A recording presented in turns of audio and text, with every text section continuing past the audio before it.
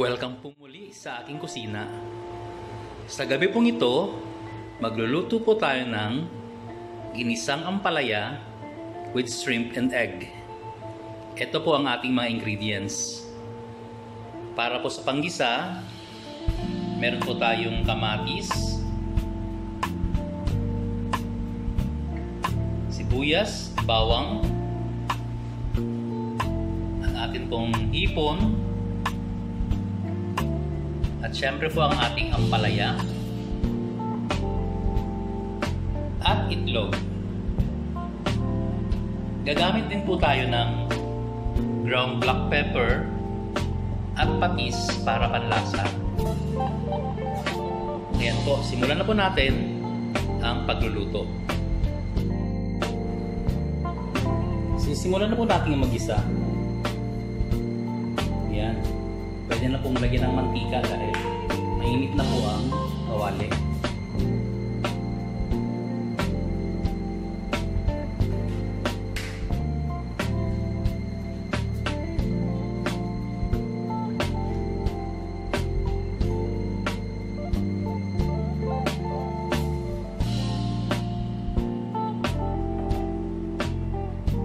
Unahin po natin ang bawang, kasunod ang sibuyas.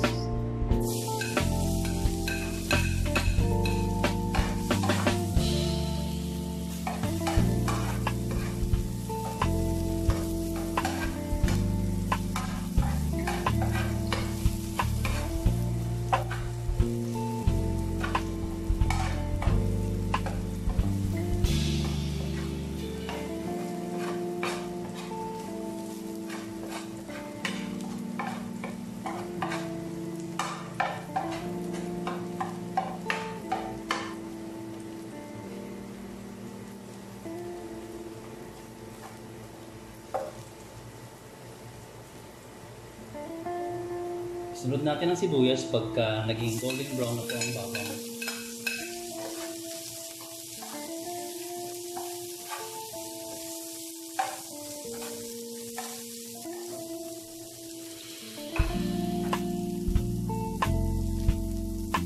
Sunod natin ang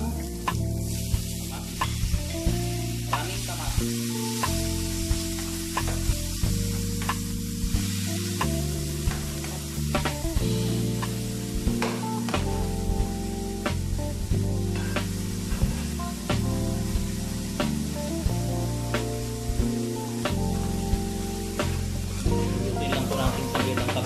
Para malasa.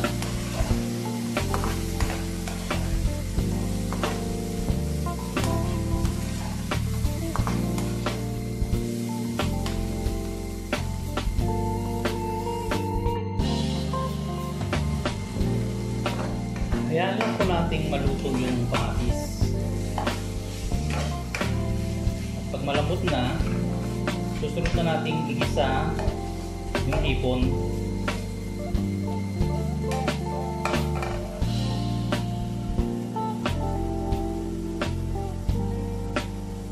Ilalagay na po natin yung hipon para mag-isa.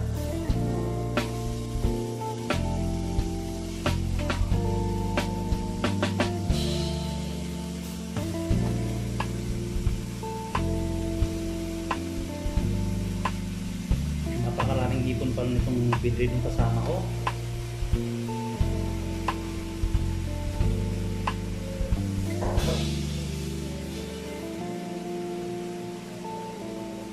So, igigisa rin po natin ito hanggang sa maging orange, katulad ng kamatis.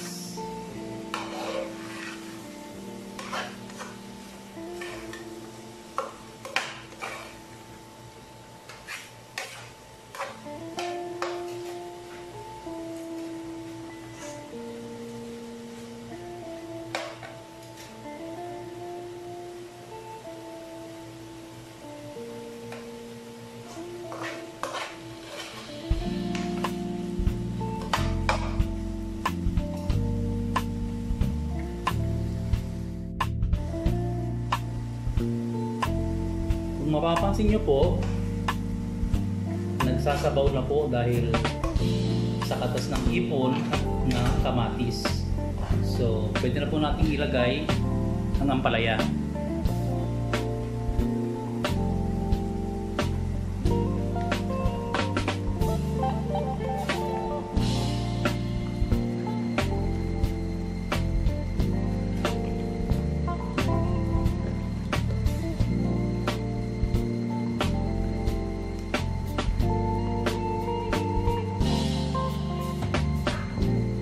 Haluin lang po natin hanggang sa maluto ang ampalaya.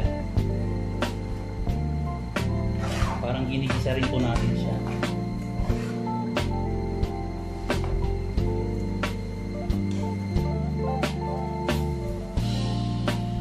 Magsasabaw pa rin po ito dahil sa tatas ng ampalaya.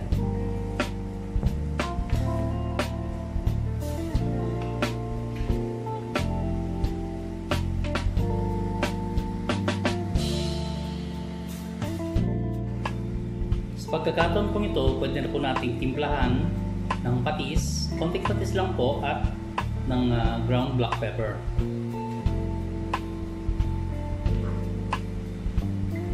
Ito ang ating ground black pepper.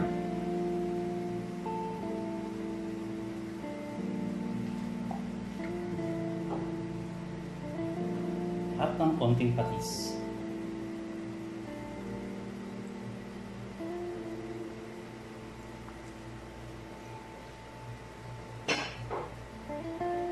Pag malapit na pong maluto ang ampalaya ay pwede na po natin ilagay ang bilog.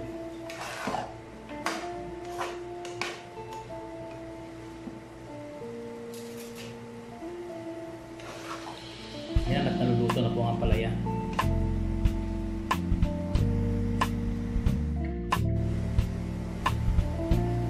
Once na maluto na po ang ampalaya ay pwede na po natin ilagay ang ating beaten egg.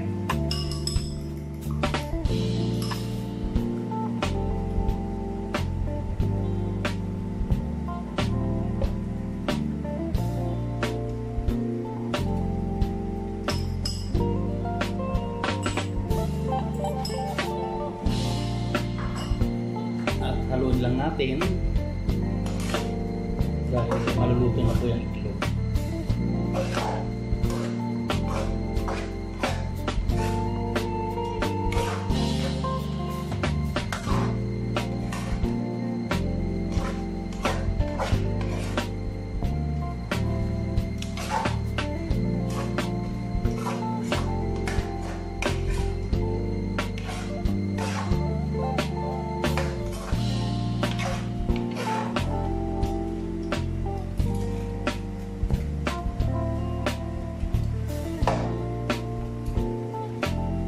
Yan po.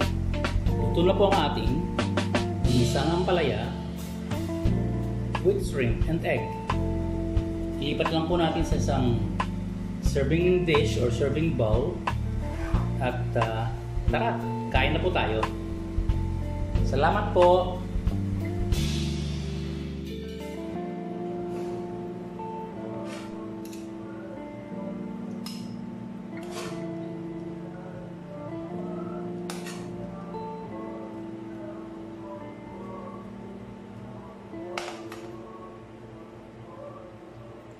Pwede po natin yahin at kain na po tayo habang mainit.